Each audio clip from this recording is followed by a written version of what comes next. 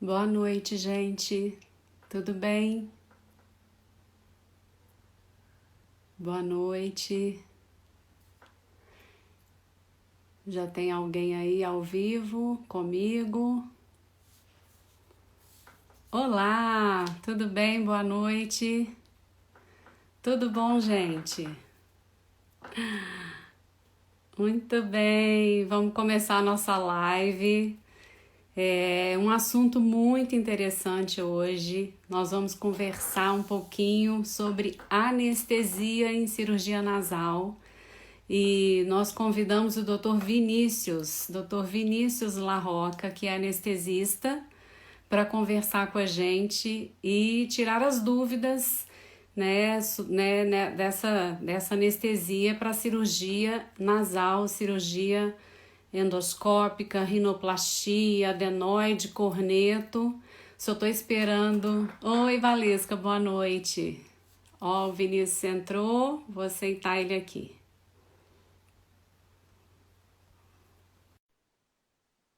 Aceitei o Vinícius. Ele deve estar entrando aí. Tudo bem? Boa noite. Boa noite, Rosana. Oi, Boa noite a Vinícius. todos. Tudo Prazer bom? estar com vocês aqui Boa nesse noite. importante debate.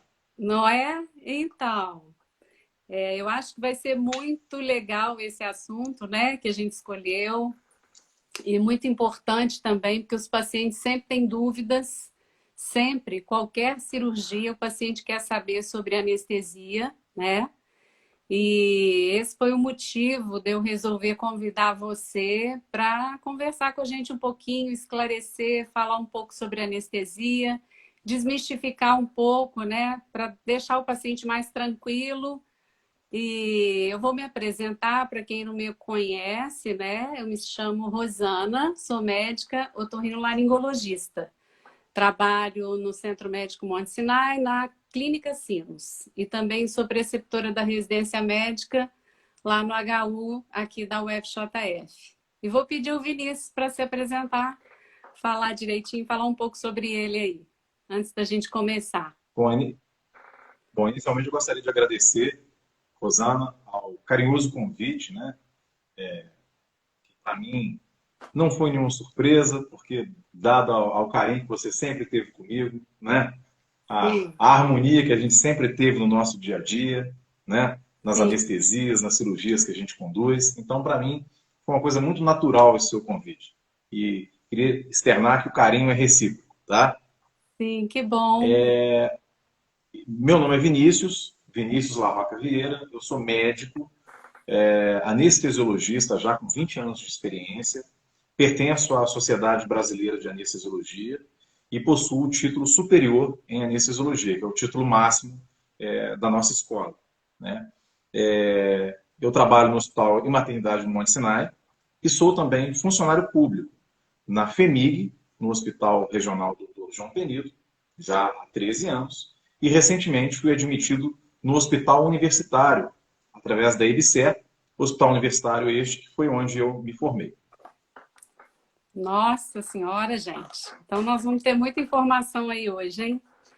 Eu fiquei muito feliz, Vinícius, que você aceitou o convite, porque a gente já se conhece há muito tempo, né? Inclusive, ele anestesiou a minha cesariana, gente. Isso já faz um tempinho, do meu filho mais velho, do Bernardo, que já tem 17 anos. Então, assim, eu já conheço o Vinícius há muito tempo, né? E a gente já trabalha junto há muito tempo, e ele já anestesiou para mim diversas vezes.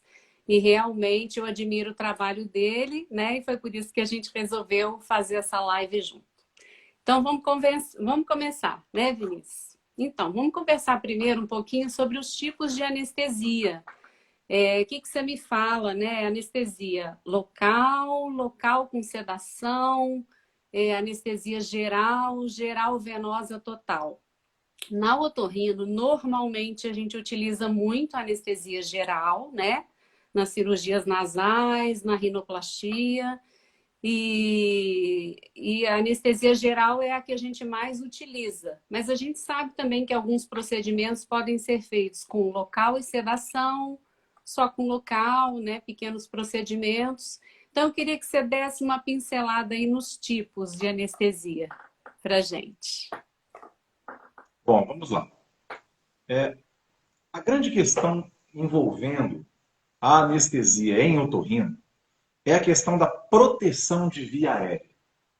Mais do que propriamente a intensidade da dor que se provoca ao longo de uma cirurgia otorrinolaringológica, como septoplastia, amigdalectomia, entre outras, o foco nosso aqui é a proteção de via aérea. Porque nós temos a manipulação da cavidade bucal, nasal, faringe, regiões que vão sangrar um pouco, não muito, vão sangrar um pouco, mas com o paciente inconsciente, ele não vai conseguir tossir para evitar com que esse sangue ou essas secreções caiam dentro dos pulmões e levem a uma pneumonia aspirativa. Por isso que muitas vezes, ainda que a intensidade da dor não seja suficientemente grande para se fazer uma anestesia geral, a gente acaba administrando uma anestesia geral com intubação nasotraqueal para procedimentos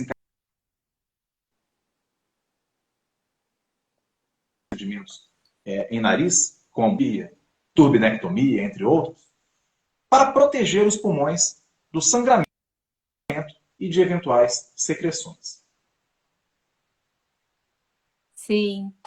E, assim, muitos pacientes perguntam isso exatamente, mas doutora, precisa ser geral? Por que não faz com uma sedação, com local e sedação? E é exatamente isso que o Vinícius acabou de falar, a nossa preocupação, porque o que acontece? O otorrino, ele trabalha em regiões pequenas, né? Nariz, garganta, boca, ouvido. E principalmente nessa região do nariz e da garganta, a gente compete pelo mesmo espaço, né? Com o anestesista.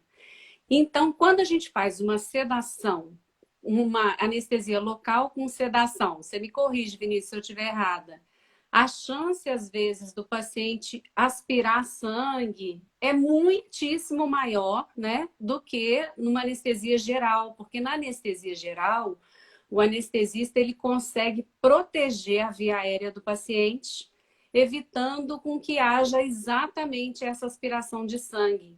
Então, esse é o motivo da gente normalmente escolher, na grande maioria das vezes, a anestesia geral, né? Geral. E aí Sim. a gente tem Anestesia geral geral e com geral intubação. venosa. A gente tem geral e geral venosa total. Dá para você dar uma pincelada nisso, das Sim, vantagens, enfim. sim. Antes da gente entrar nisso, sobre os tipos de anestesia geral, é muito importante que os nossos espectadores, né, os nossos seguidores, entendam que o tubo, que a intubação, é uma amiga nossa. Com tudo que a gente está vivendo no mundo hoje, desta trágica pandemia, muita gente, de maneira errônea, está relacionando o processo da intubação a algo ruim, a algo que vai piorar o paciente. É justamente o contrário. Toda vez que a gente intuba um paciente, é para ajudá-lo. No caso da Covid, fugindo um pouco ao tema aqui, não é? Nós vamos intubar porque o paciente está grave, para tentar recuperar o pulmão e demais órgãos a tempo para que esse paciente sobreviva. Sim. Terapia intensiva não é nada mais, nada menos do que você dar chance do paciente sobreviver. Estou falando lá da UTI, fugindo do nosso tempo. Então, o tubo é um amigo do paciente Covid. Muita gente fala, meu Deus, o paciente está com Covid, foi entubado, agora que vai morrer mesmo. A gente ouve isso para todo lado. Não é isso. Não é que o paciente vai vir a óbito por causa da intubação no caso da Covid. Né? Sim. É que o paciente está grave e por isso é entubado. E o tubo Sim. é a chance dele sobreviver. Voltando ao nosso tema aqui. Mais uma vez, obviamente estamos num território muito mais tranquilo. Estamos falando de cirurgias eletivas em pacientes saudáveis. Então, morbimortalidade passa longe da nossa ideia. A gente não está falando aqui em morbimortalidade. Ninguém vai imaginar que um paciente vai evoluir a óbito numa mesa sendo submetido a uma septoplastia. Isso é uma coisa completamente fora da curva, praticamente inimaginável mesmo, estatisticamente irrelevante. Mas é importante que enfrentemos olhos nos olhos essa questão da intubação, porque nós sabemos, né, Rosana, que o paciente, quando chega na sala de operação para ser submetido a uma rinoplastia, ele morre de medo da intubação, morre de medo do ato de ser intubado, ainda mais depois da Covid, Sim. né, que estigmatizou muito essa situação. Sim. Então eu venho aqui reforçar que a grande questão do tubo é que ele possui um cuff. A gente insufla, é uma bolinha que ele tem na ponta, que bloqueia a traqueia. Então, mesmo que o paciente engasgue durante a cirurgia, essa bolinha, que parece uma bola de soprar, que chama cuff, não deixa sangue, fragmentos e secreções caírem nos pulmões e, eventualmente, levar a uma pneumonia. Então, o tubo é nosso amigo nesse sentido. Falando dos tipos de anestesia. Independente do tipo de anestesia geral, sempre nós vamos buscar 5 pilares. Hipnose, que é o fato do paciente dormir o tempo todo. Analgesia, que é o fato dele não sentir dor. Amnésia anterógrada, que é o fato dele não se recordar de nada, do momento que a gente faz o medicamento até o término de ação desse medicamento. Então, esses 3 primeiros pilares, hipnose, analgesia e amnésia, levam ao 4º pilar, que é a pressão arterial e a frequência cardíaca bem tranquilas, bem estáveis. É o que chamamos, o 4º pilar, bloqueio dos reflexos autonômicos. Isso é fácil de entender. Ora, se o paciente não está lembrando de nada, não está vivenciando nada e não está sentindo dor, obviamente, a medula da suprarrenal não vai liberar adrenalina e noradrenalina. Então, esse coração não vai bater mais rápido, essa pressão não vai aumentar. Então, a chance desse paciente infartar, ter um acidente vascular cerebral, diminui. Da mesma forma, a chance de haver sangramentos excessivos que vão prejudicar o campo operatório do otorrinolaringologista, mesmo sabendo que a anatomia hoje é melhor, por técnicas muito bem utilizadas pela doutora Rosana, que é uma das pioneiras na cidade da técnica por vídeo, né? Minimamente invasiva, que aliás é o que a medicina recomenda hoje, técnicas minimamente invasivas. A doutora Rosana faz isso com maestria. Mesmo sabendo que o campo está privilegiado por essa enorme televisão que ela está enxergando lá, estruturas pequenas, o sangramento atrapalha. Então, esse 4º pilar, que é o bloqueio dos reflexos autonômicos, é muito importante. E ele é melhor realizado com anestesia geral do que com técnicas de sedação. Porque nós podemos, entre aspas, abusar mais dos medicamentos, aprofundar mais, já que a via aérea está protegida. A gente não vai ficar preocupado se o paciente vai broncoaspirar ou não. Sim. A gente pode botar o pé no acelerador, colocar o paciente no ponto ideal para o cirurgião. E o 5º pilar, o último pilar, é o relaxamento muscular. Deixar a musculatura bem flácida. Que no caso da otorrino é secundário, não é muito importante. Esse relaxamento muscular é mais importante em procedimentos como laparotomias, né? Ou cirurgias robóticas, videolaparoscópicas, aí o relaxamento muscular é importante. No caso da otorrino, ele é secundário. O mais importante são os 4 primeiros pilares. E isso é muito bom, que a gente usa menos curare, o paciente ele acorda muito bem em cirurgias otorrinolaringológicas, porque a gente não precisa fazer muito relaxamento muscular. Então o paciente ele acorda com uma sensação boa, uma sensação que não está com a musculatura fraca, o que é muito bom, não só do ponto de vista subjetivo, mas também objetivamente ele vai, teoricamente, ter menos microbroncoaspirações nas próximas 72 horas e uma série de outros fatores benéficos. Excelente, Vinícius. Eu sabia que você ia falar muito, né? Que você ia explicar muito. Mas deixa eu te perguntar uma coisa. Normalmente, eu acho importante encaminhar o paciente para uma consulta pré-anestésica, né? Que vocês fazem. E principalmente quando o paciente tem muita dúvida, né? Assim, porque a gente faz os exames pré-operatórios, exame de sangue, às vezes uma avaliação cardiológica, raio-x de tórax. Em alguns casos, a gente sempre encaminha também para uma avaliação pré-anestésica.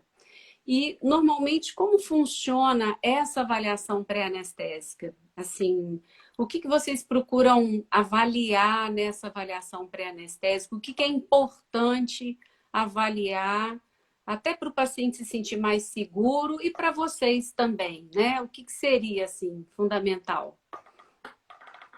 Você acha importante essa avaliação? Sim. Sim, A né? anestesiologia, ela deixou de ser uma especialidade de um misterioso médico que vai apenas dar um bom dia no momento da cirurgia ao paciente, introduzir um catéter em sua veia e depois nunca mais vai aparecer na vida desse paciente, que ele não vai se lembrar dele, para ser efetivamente uma nova especialidade chamada medicina perioperatória. É papel e obrigação do médico anestesiologista conhecer profundamente todos os órgãos e sistemas, avaliar esse paciente de maneira ampla antes da cirurgia, para que ele possa traçar o plano anestésico. Sim. É importante pontuar que o plano anestésico não visa apenas o sucesso do ato intraoperatório, mas também, dentro de um follow-up, dentro de um segmento pós-operatório de dias, semanas, meses e até anos, o que se faz dentro de uma sala de operação terá impacto a médio e longo prazo. E para que a gente possa traçar um plano adequado, é importante que o médico anestesiologista conheça bem o paciente. Este é o primeiro aspecto da avaliação pré-anestésica. Conhecer, Esta avaliação pré-anestésica pode ser feita de maneira dentro da sala, minutos antes da cirurgia. Então, o médico anestesiologista vai olhar os exames e fazer uma anamnese dirigida a esse paciente. Ela pode ser feita na noite anterior, o que é muito raro, porque os convênios, de maneira até correta, não estão permitindo a internação na noite anterior para mitigar custos. Enxergo isso de maneira positiva. Isso minimiza taxas de infecção hospitalar e gastos desnecessários.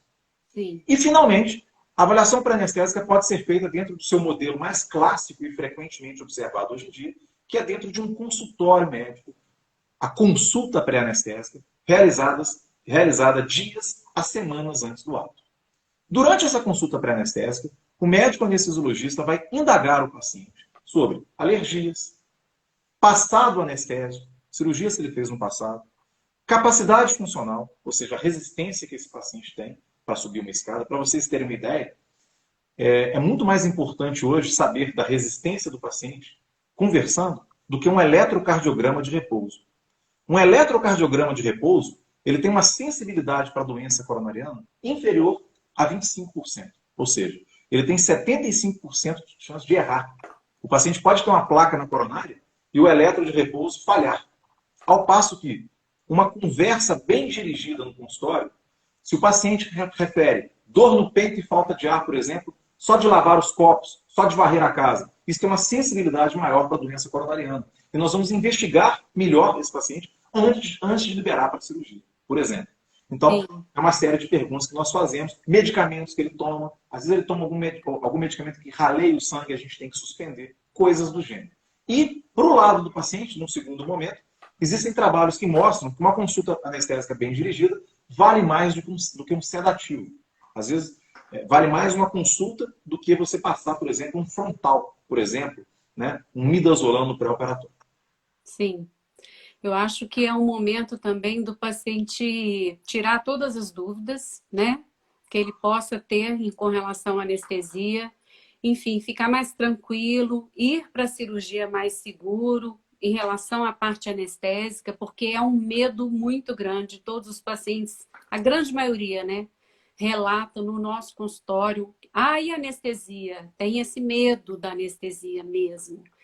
E dentro disso que a gente está conversando, né? Então vamos falar um pouquinho dos medos. Uma pergunta que eu recebo muito, doutora, tem chance de fazer alguma alergia durante a cirurgia? Uma alergia à anestesia? Existe algum teste alérgico para poder avaliar se eu corro esse risco? Enfim, o que você me fala sobre isso, sobre essa parte das alergias? Bom, em relação às alergias, dois aspectos importantes. O primeiro deles, a literatura não recomenda testes alérgicos antes de procedimentos anestésicos cirúrgicos. Recomenda, sim, uma avaliação pré-anestésica bem dirigida. Para que vocês tenham uma ideia, nossos seguidores, né, existem indícios que o médico anestesiologista pode descobrir numa consulta pré-anestésica que focam nossa atenção em relação ao risco do paciente fazer uma alergia em relação a determinada substância. Por exemplo, se durante a consulta pré-anestésica o paciente refere alergia a algumas frutas, como kiwi, abacaxi, banana ou castanhas, isso representa um risco enorme dele fazer alergia ao látex da luva. O que não é um problema tão grande nas cirurgias realizadas pela doutora Rosana. que são cirurgias por vídeo, na qual as luvas dela praticamente não entram em contato com o paciente.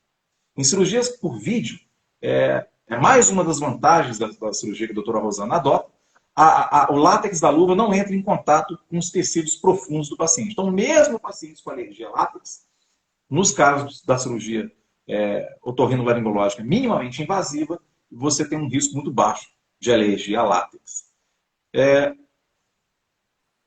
A maior causa de alergia em anestesia, pasmem, não é um anestésico, são os antibióticos. É isso mesmo. Então vocês, nesse momento, que estão tomando um antibiótico em casa, estão correndo mais risco de fazerem uma alergia do que um paciente que está sendo anestesiado agora, nesse momento, e não está tomando antibiótico.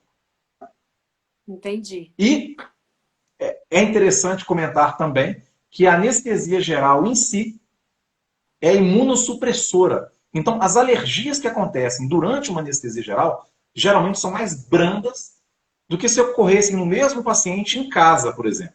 Vamos imaginar que eu vá fazer alergia a um antibiótico. É mais provável que essa alergia a esse antibiótico seja mais intensa comigo acordado aqui tomando do que se eu tivesse anestesiado, tomando o mesmo antibiótico. Porque a anestesia acaba tendo uma ação antialérgica por ser imunossupressora. Entendi. Então, assim, a medicação anestésica em si é raríssimo, né? O paciente fazer alguma alergia aos medicamentos anestésicos. A chance maior, pelo que você falou estatisticamente, seria o antibiótico que possa ser usado ali naquele momento, né? E mesmo assim não é frequente, né? Visto que a gente De colhe todos os toda uma medicamentos história. anestésicos, Rosana, de todos os medicamentos anestésicos, o único que tem uma incidência um pouquinho maior de alergia são os bloqueadores neuromusculares, são os relaxantes musculares. Entendi. E que a gente Mas normalmente... eles estão bem abaixo dos antibióticos, estatisticamente. Entendi. Então é legal essa informação, porque realmente essa pergunta é uma das mais frequentes, alergia durante a anestesia. Uma outra pergunta, lógico, que o paciente faz existe risco de eu morrer? E aí, enfim, vou jogar a bola para você, que eu sei que vai responder isso aí para gente. Risco sempre existe. Eu não entendi qual que é a pergunta. Existe risco, doutora, de eu morrer com anestesia? Né? Ah, sim. Essa pergunta também é frequente. O que você me diz aí sobre isso? Estatisticamente, falando. Sim. Mortes. É muito importante que vocês entendam. Eu gosto muito de ser sincero, até porque a gente está num campo tão seguro que eu não vou ter aqui constrangimento nenhum em ser sincero, porque o campo está totalmente ao nosso favor. Porque realmente a coisa é muito tranquila, tá? Sim. Vamos lá. Voltando um pouquinho na alergia. Até para responder essa questão do óbito. Já aconteceu de alguém ouvir uma história que tinha uma pessoa numa festa que era alérgica a camarão, foi comer uma coxinha de galinha que foi frita no mesmo óleo onde foi frito o camarão, e era alérgica a camarão, só aquilo ali, aquela mínima dosagem, fez ela ter um choque anafilático na festa. O SAMU foi chamado, mas não deu tempo. Todo mundo já ouviu uma história parecida. Muitas pessoas que vêm a óbito por conta de choque anafilático grave em ambiente extra-hospitalar sofrem essa situação trágica porque a via aérea não estava garantida, não tinha um tubo dentro da traqueia.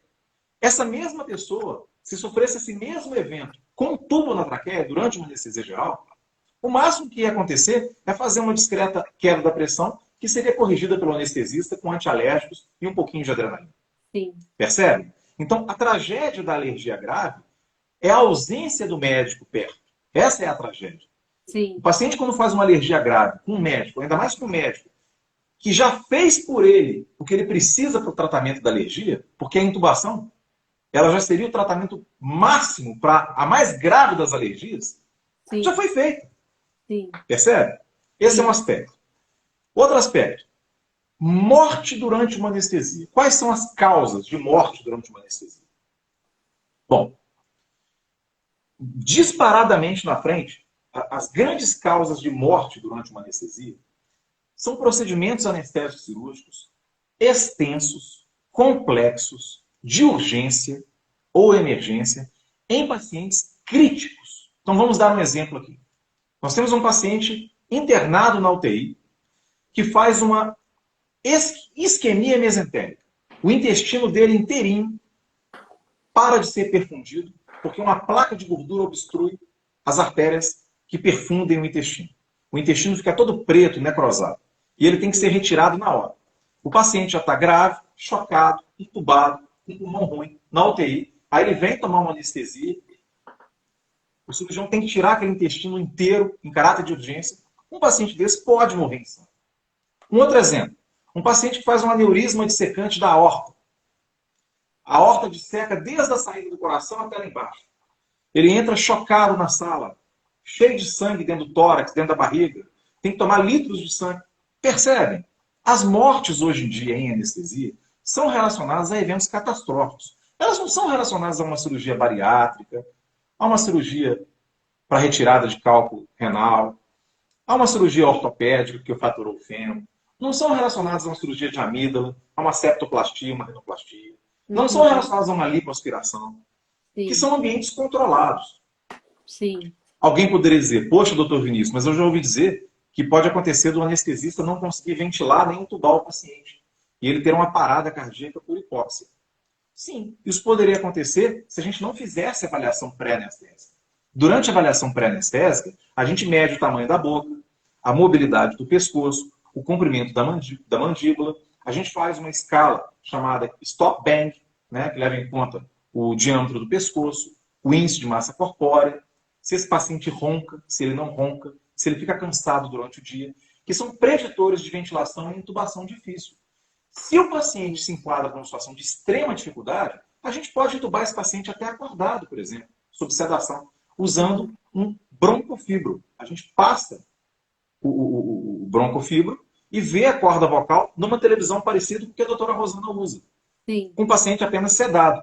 Ele vai ser intubado acordado, mas não vai se lembrar. A gente faz carreira só para tirar a memória, para ele não se lembrar disso, intuba ele acordado. Sim. Né? Então, seriam as duas situações relacionadas à morte, né, que a gente tem como Sim. prever e evitar.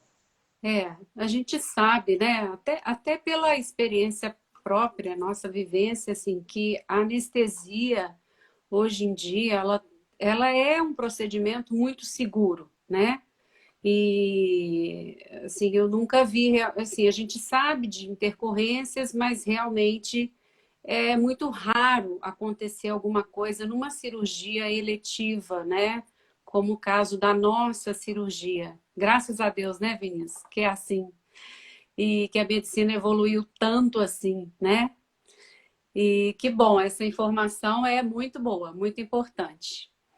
E aí um outro medo, né, que os pacientes têm, e me perguntam, mas tem risco de eu lembrar de alguma coisa, de eu sentir dor durante a cirurgia? Corre esse risco, doutora, de eu acordar antes da hora, enfim. O que você acha sobre esse receio aí? Também. O chamado despertar intraoperatório, né, ou recall, despertar intraoperatório ou recall, que é o fato de, ao término da cirurgia, o paciente se lembrar do que aconteceu, ou, mesmo que ele não se lembre, ele não consegue, às vezes o paciente não consegue se lembrar que lembrou de alguma coisa, mas o comportamento desse paciente muda após a cirurgia. Ele tem uma síndrome de transtorno de ansiedade que não tinha, uma síndrome do pânico que não tinha, ele desenvolve um transtorno psiquiátrico após um processo anestésico cirúrgico. É a chamada memória implícita. O paciente ele acordou na cirurgia, mas ele nem se lembra que acordou. É a chamada memória implícita. Ou a memória explícita. Ele acordou durante a cirurgia e se lembra. Ele cita palavras que foram citadas durante a cirurgia, conta coisas. Quando isso acontece, o paciente ele não refere dor. Não refere dor. Ele refere memórias auditivas. Porque a audição, de todos os nossos órgãos do sentido, a audição é a mais resistente à anestesia. É a última a desaparecer. Então, anestesias superficiais, demasiadamente superficiais, elas impedem que o paciente sinta dor, mas não impedem que o paciente ouça alguma coisa. Isso é frequente? Não, não é frequente. Particularmente no nosso serviço, onde a doutora Rosana realiza as suas cirurgias, e nos demais serviços também onde ela faz as cirurgias dela, o médico anestesiologista, ele toma os devidos cuidados para que isso não ocorra. Que cuidados são esses? Primeiro, a escolha de medicamentos que estão menos relacionados ao despertar intraoperatório, que é o bom hábito de se usar halogenados, agentes inalatórios. A anestesia balanceada, onde se usa um líquido volátil, um vapor, associado a medicamentos venosos, para a gente obter aqueles 5 pilares: hipnose, analgesia, amnésia, relaxamento muscular e bloqueio muscular, neuromuscular, é a técnica mais adequada para que não ocorra despertar intraoperatório. Uma outra técnica também que pode ser usada é a anestesia venosa total, que é uma excelente técnica também. Só que, dependendo do nível de anestesia venosa total que o médico anestesiologista for usar, se for qual que ele estiver disposto a usar, é mandatório que ele utilize um monitor de profundidade de consciência, chamado BIS. É o índice bispectral, que é um eletroencefalograma que nós temos lá no Monte Sinai, e outros serviços da cidade também tem. O Hospital Universitário, por exemplo, também tem. É um eletroencefalograma que transforma aquelas curvas, aquelas ondas, numa escala numérica, que deve estar entre 40 e 60, garantindo que o paciente está dormindo e que, não, em princípio, não haverá lembrança nenhuma. Quais são os pacientes de risco para despertar intraoperatório? São pacientes submetidos à cirurgia cardíaca e cirurgia obstétrica sob anestesia geral. Porque nesses dois casos, o médico anestesiologista é obrigado a usar concentrações de anestésico mais baixas. Na cirurgia cardíaca, ele pesa mais a mão em agentes venosos, e na cirurgia obstétrica também, para evitar a hipotonia uterina. Então, essas duas especialidades são as mais associadas a despertar intraoperatório. Ok? Só que em obstetrícia, raramente a gente faz uma anestesia geral. Em otorrino, não é comum o despertar intraoperatório. Sim.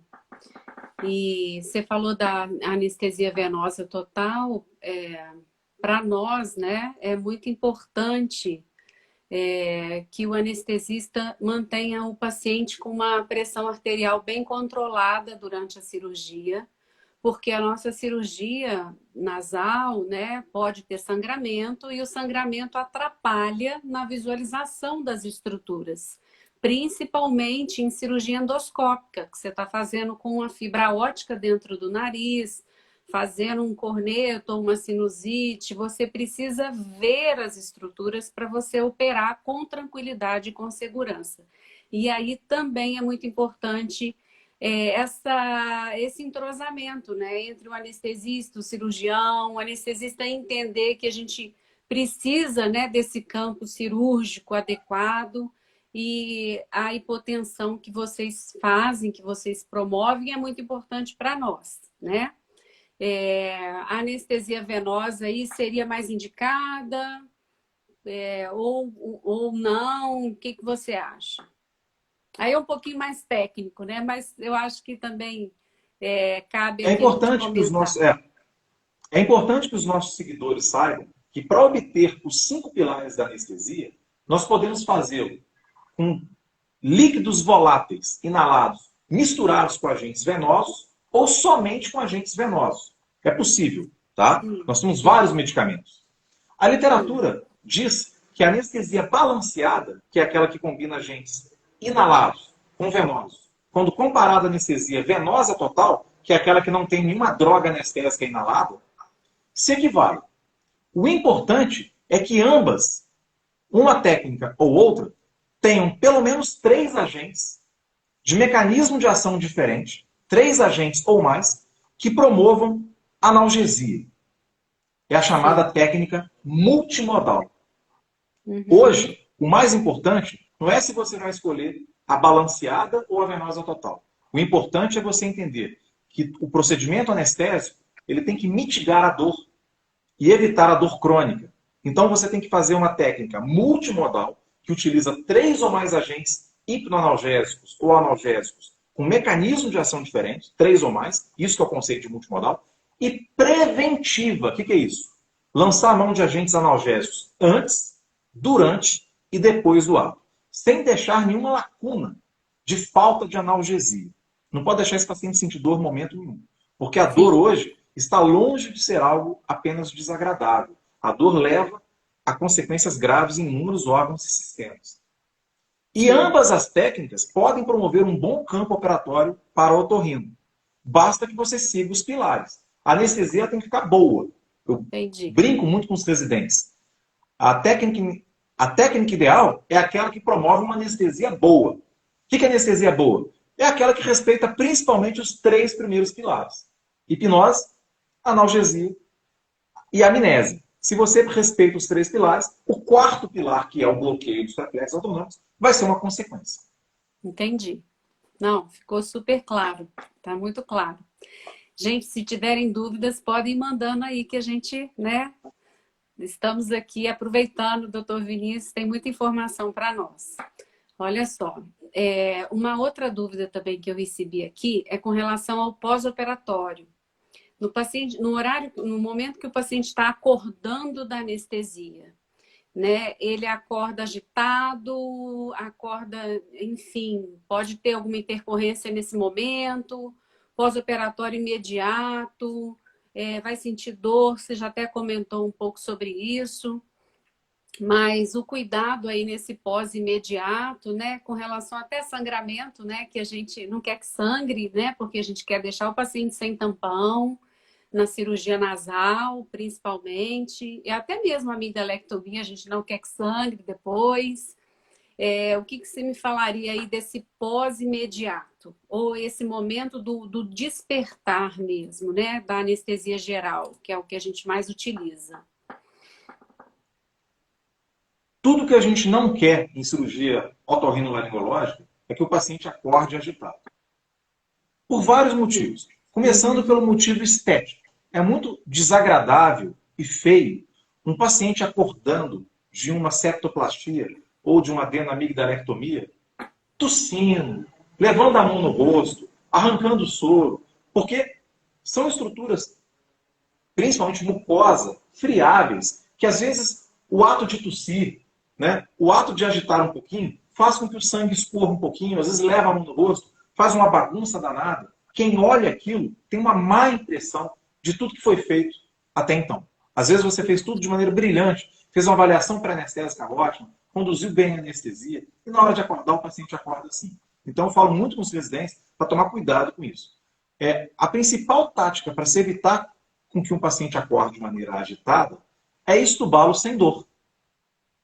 A maior causa de agitação, ao retirar o tubo, é quando o paciente acorda com dor. Tá? Então, dor e hipoxemia, que é a queda da oxigenação. São as 2 principais causas de agitação durante a recuperação anestésica. A anestesia tem 3 etapas. Indução, que é o fato de você colocar o paciente para dormir. Manutenção, que é o transcorrer da cirurgia. E recuperação, que é na hora que você acorda o paciente e tira o tubo. Sim. Nesse momento, quando você vai tirar o tubo, ele é desafiador, que ao mesmo tempo que o paciente tem que estar com proteção de vias aéreas, ou seja, ele tem que estar num ponto tal que você sabe que você vai tirar o tubo e ele vai conseguir tossir e se proteger por conta própria, já que você tirou o tubo, ele não vai engasgar. Ao mesmo tempo, ele não pode estar desprovido de analgesia. Tá? Então, o médico anestesiologia, para atingir um nível desse, exige anos de experiência. Não é do dia para a noite que um médico anestesiologista vai atingir um nível desse. Por isso que a gente sempre recomenda que vocês procurem serviços, né, onde os médicos anestesiologistas pertençam à Sociedade Brasileira de Anestesiologia. De preferência, em que a equipe possua um ou mais profissionais com título superior em anestesiologia, com experiência acadêmica e, principalmente, como a gente tem no nosso serviço do Hospital e Maternidade de Monte Sinai, um programa de residência médica. Quando você observa uma equipe de anestesia que possui um programa de residência médica, isso é um selo de alta qualidade, porque a Sociedade Brasileira de Anestesiologia, para conferir a um grupo de anestesia a capacidade de ter residentes, mostra que tem vários TSA lá dentro, que tem gente experiente e boa de serviço mesmo, né? Deixando a falsa modéstia de lado aqui, sem nenhuma hipocrisia. Não tem ninguém melhor do que ninguém, mas a gente trabalha assim direitinho, sabe? A gente trabalha bem, a gente procura estudar, faz tudo com muito dentro da técnica. Ninguém é melhor do que ninguém, não tem ninguém querendo. Mas assim, o que é certo, a gente tem que dizer. E o nosso serviço Sim. lá, ele é assim. Então, e essa sua pergunta tem muito a ver com a experiência, capacidade técnica, é o skill que a gente fala. Né? Não é fácil você despertar um paciente com proteção de vias aéreas e, ao mesmo tempo, analgesiado. Isso é quase que uma arte. Assim, os anos vão fazendo o profissional, o médico anestesiologista, desenvolver nesse sentido. Eu, pessoalmente, gosto muito da desmedotemidina para isso, do Precedex, a desmedotemidina. Eu Uhum, acho que é uma você droga já usou que comigo não várias tira o vezes. drive respiratório, não inibe a Uhum. respiração e é um excelente analgésico. Eu uso de rotina em otorrino, além de outros medicamentos, dentro da tática multimodal, a desmedotemidina, que não para a respiração, o paciente continua respirando e não sente dor. Então, na hora que o paciente acorda, ele ainda está com o efeito da desmedotemidina e um efeito residual de outros agentes e já está se protegendo muito bem. Ele está abrindo os olhos e se protegendo. Sim. E Aí, vocês, Rosana, e vocês uma esperam, vez feito de maneira adequada isso, sim, os analgésicos que você vai usar nos próximos dias podem ser dados em doses menores, porque você já suprimiu a dor. Você evitou a sensibilização central da dor, o processo chamado wind-up. Porque a dor, quanto mais dor o paciente sente, mais os receptores da dor ficam ávidos por gerar mais dor. Dor gera mais dor, porque a dor é um processo de proteção do organismo. É um órgão do sentido. Então, se uhum, você não mitiga a dor, ele vai sentir cada vez mais dor, a ponto de um simples vento que bater fazer com que ele sinta uma dor lancinante. É o que a gente chama de alodinia. Então, para evitar isso, a anestesia tem que ser multimodal, tem que ser mesmo pensando no follow-up, para que no pós-operatório, tanto vocês quanto a gente, possa passar menos anti-inflamatório, menos sim. drogas derivadas da morfina. E você falando isso, realmente os pacientes acordam, pelo menos na minha área, né? Os de nariz, assim, eles não tomam muito analgésico, às vezes eu prescrevo analgésico para casa e eles não sentem necessidade de tomar analgésico. Então, assim, eu acho que em parte, com certeza, é pelo processo da anestesia, né? É uma cirurgia realmente que também não provoca tanta dor, né? A cirurgia nasal. Diferente da amigdalectomia, que é uma cirurgia com mais dor, mas também eu acho que o processo da anestesia com certeza ajuda muito nesse pós-operatório, né? Mesmo no pós-operatório tardio. Você concorda com isso? Concordo plenamente com você. Cirurgia Uhum. nasal, vou falar para Aham. você, cirurgia nasal comparada a outras áreas não dói praticamente nada. É verdade. E aí, vou fazer algumas perguntinhas que me fizeram, mas eu acho que a gente acabou já respondendo. Quanto tempo dura o efeito da anestesia? Mandaram na caixinha, mas eu acho que isso aí depende, na verdade, do procedimento cirúrgico, né? Se for um procedimento curto, vai durar o tempo necessário para que a gente faça a cirurgia. Na verdade, o cirurgião ele vai conversando com o anestesista durante a cirurgia e faltando um tempinho antes dele terminar, ele já avisa. Olha, faltam 30 minutos, faltam 20 minutos, né, Vinícius? E aí o anestesista vai se organizando no sentido já de né, promover esse despertar do paciente. Então, o tempo, com certeza, demora de acordo com o procedimento, tá? Uma outra pergunta foi se a anestesia para rinoplastia é local ou geral. A gente também respondeu aqui. A gente prefere anestesia geral, porque a gente entende que ela é mais segura e mais confortável, tanto para o paciente quanto para o médico. Né? Não sei se você concorda, mas eu acredito que sim, né? Plenamente. E a outra pergunta, o tipo de anestesia mais indicado cai na mesma situação, né? Que a anestesia geral mesmo. No nosso caso, a gente tem essa preferência. Eu conheço até colegas que fazem com anestesia local e sedação em outros serviços, até fora de Juiz de Fora. Mas eu acho que a minha experiência é melhor com anestesia geral. Eu acho que é mais seguro e mais confortável, tá? E aí, gente, se vocês quiserem fazer alguma pergunta, fiquem à vontade. que... Uma pergunta, Rosana, que Ah, poderia ser feita é em sim, relação ao jejum, né? Eu posso me sim, alimentar antes de uma cirurgia? Vamos falar um pouco sim, sobre isso, né? vamos. É o seguinte, gente, para quem tem essa dúvida, alimentos sólidos, tá? O ideal é que os protocolos variem um pouco, tá? Mas o ideal é que entre 6 e 8 horas eles sejam cessados, tá? Alimentos sólidos e gordurosos, ainda existem protocolos que recomendam até 8 horas de jejum, mas eles variam um pouco de 6 a 8. Eu, no meu dia a dia, alimentos sólidos e gordurosos, eu recomendo 8 horas de jejum. Tá. Alimentos líquidos, por exemplo, água pura, podem ser ingeridos até 2 horas antes da cirurgia. Outros tipos de líquidos, sem nenhum resíduo, como é o caso, por exemplo, do Gatorade, ou mesmo líquidos que possuam destrose, né, para que o paciente não perca a questão aí do aporte de carboidratos, que é muito importante no chamado protocolo ERAS. Né? O protocolo ERAS é um conjunto de medidas que está muito na moda, está na moda no sentido positivo da palavra, que ajudam a evitar complicações em procedimentos médicos em geral, que aumentam a segurança e mitigam complicações. Uma das complicações que a gente pode observar em cirurgias é o paciente que fica desprovido de aporte calórico. Isso é ruim. Isso aumenta o catabolismo, né? Aumenta a perda de massa magra, não é? Diminui hormônios anabólicos como insulina e testosterona, que é ruim no desfecho final de todas as cirurgias. Então é recomendável que o paciente ingira soluções que possuam destrose até 2 horas antes. Esses líquidos são passados pelo médico anestesiologista ou pela equipe anestésico cirúrgica nas consultas pré-operatórias. Entendi.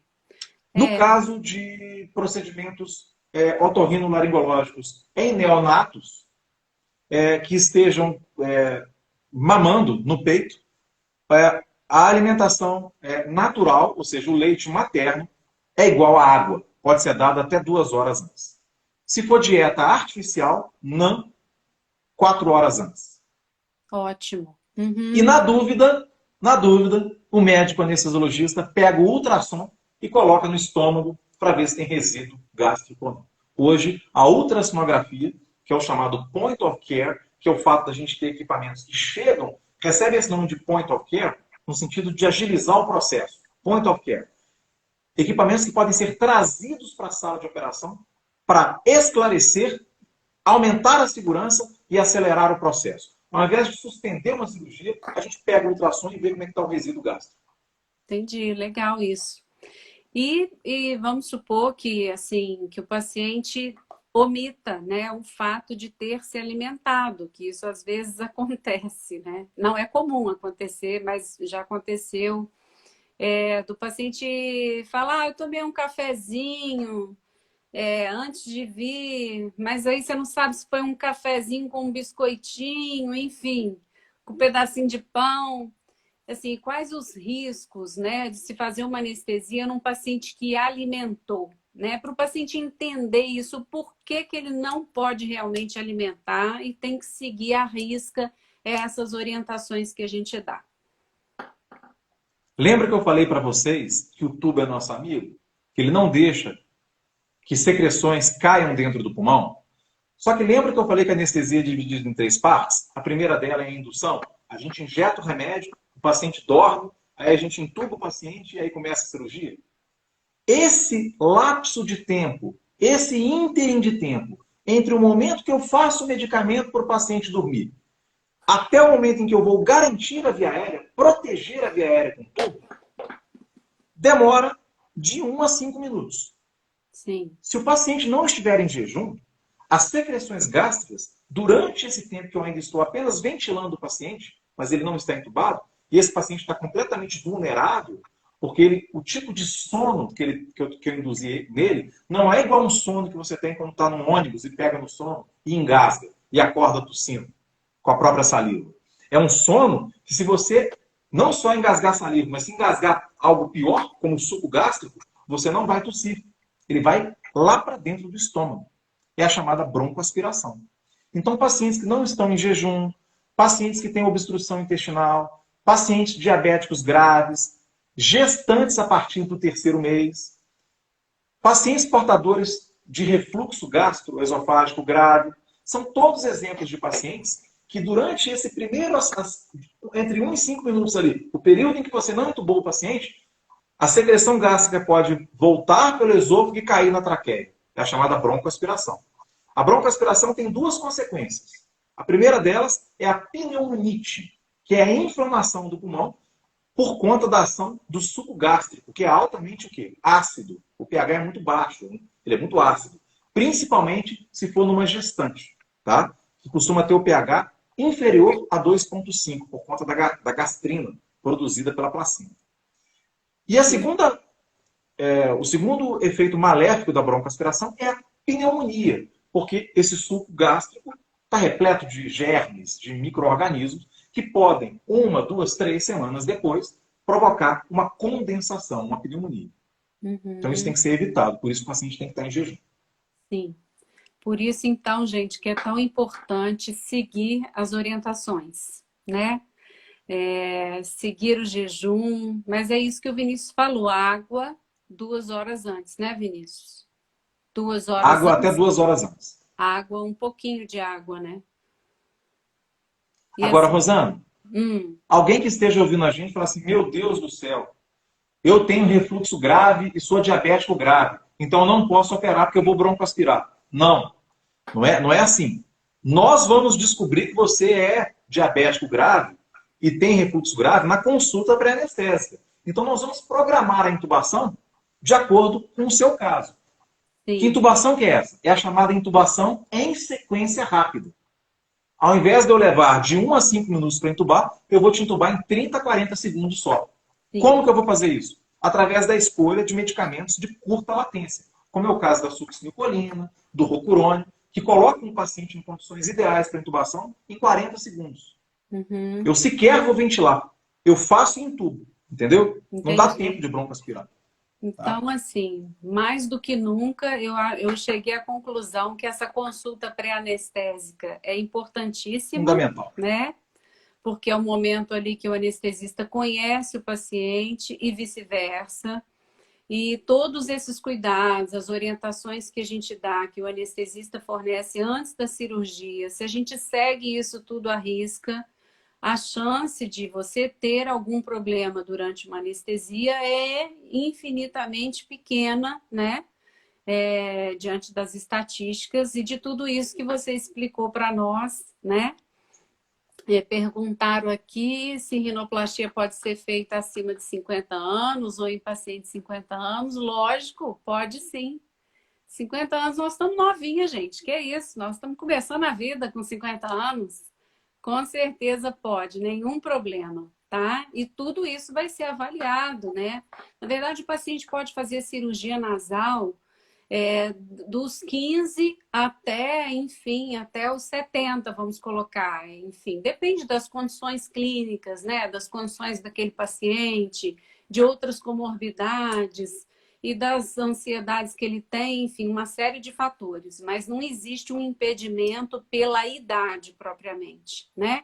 A gente não vai avaliar só a idade, a gente vai avaliar uma série de outros fatores, né? E estão perguntando aqui quanto tempo antes da cirurgia deve ser feita a consulta pré-anestésica. Explica para nós aí, Vinícius. Eu acho que você até falou, pode até ser feita no dia, né? Ou marca antes. O que você acha? Então... Mais importante do que qual é o tempo entre a consulta pré-anestésica e o ato operatório, mais importante do que isso é a consulta pré-anestésica e o ato pré-operatório precisam ser sinérgicos.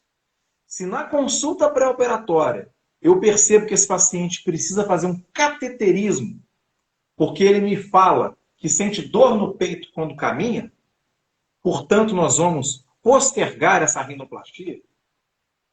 Ou, sim, se ele me fala que toma 2 antiagregantes plaquetários porque ele tem um stent, e eu preciso, então, suspender um deles, que é o clopidogrel, então, ao invés de fazer amanhã, nós vamos fazer semana que vem. Mais importante do que quanto tempo antes é o sinergismo é a comunicação da equipe cirúrgica com a equipe anestésica e o paciente. Esse trígono.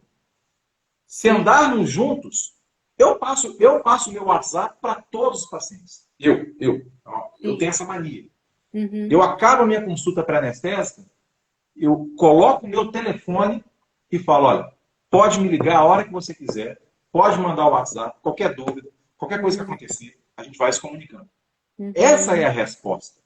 É. Tá? Essa é a resposta para essa pergunta. É. Não existe uma questão se tem que ser um dia antes ou 6 meses antes. Tem que ser dinâmico o processo. Os três têm que estar se comunicando. Que dessa forma não importa se é um dia ou um ano antes. O efeito final vai ser o ideal. Uhum. Eu acho que esse sinergismo da equipe é fundamental, né? É muito importante isso, porque é isso que a gente já comentou, como a gente trabalha, a gente compete pela mesma região, inclusive, tem que ter um entrosamento ali, uma afinidade o tempo todo, e o anestesista, ele acompanha o paciente durante todo o processo também, né? É importantíssimo esses parâmetros, que ele vai ali tateando durante o procedimento, isso é fundamental. E, enfim, eu acho que foi muito esclarecedor, Vinícius. Tudo que você explicou para nós foi excelente. As pessoas, eu acho que todo mundo gostou. Se tiver alguma outra dúvida, a gente fiquem à vontade, perguntem, que o doutor Vinícius está aí para responder, ó. Eu acho que foi ótimo, Vinícius. Esclareceu muito. Obrigado, Rosana. Eu também gostei muito de estar participando aqui. Foi muito prazeroso para mim também esse momento que eu passei com você e com os nossos seguidores aí. Sim. Eu gostaria de agradecer, você aceitou o meu convite prontamente. Na verdade, ele estava fazendo uma anestesia para mim. A história foi a seguinte. E aí eu virei e ele me explicando um monte de coisa, como sempre, ele fala muito, como vocês viram aqui. E eu falei assim, você não quer fazer uma live comigo, não? Ele, lógico, que dia? É hoje? Falei, não, vamos combinar essa live aí. E foi assim que a gente combinou essa live, foi muito legal. Gostaria de agradecer você, tá? E vamos seguir em frente aí nas nossas cirurgias, né? Nas nossas anestesias. Muito obrigada a todo mundo que participou, que entrou, que perguntou. Obrigado. Foi muito legal. Obrigado, Rosana. Boa noite a todos. Boa noite, gente. Boa noite, obrigada.